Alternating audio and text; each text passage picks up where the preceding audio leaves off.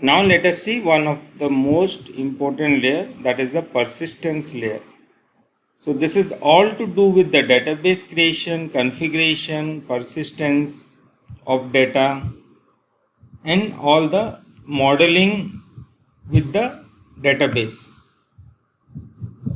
So if you come to e-commerce demo.persistence, we have the following projects for the persistence layer. So in this, the most important one is the base EF. So this contains the class file to customize your domain model. You want to index some field or give a different name than the class for the object that you want to create in DB. Give different names for the table. All the Fluent API configuration using Entity Framework Core for the domain model can be done here. Then let's come to baseef.sql server.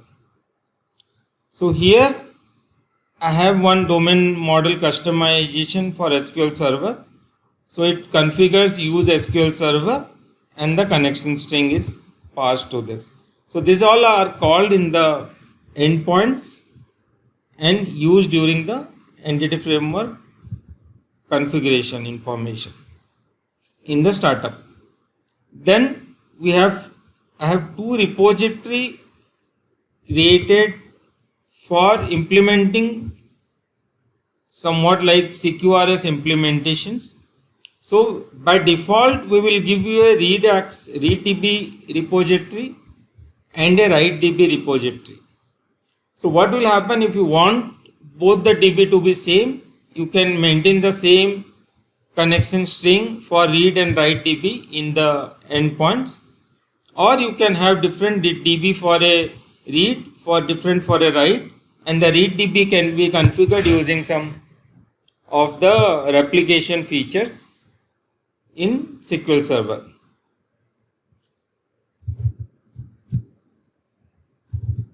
So these are the two. So now these are the related to SQL Server, and similarly we have for MySQL also.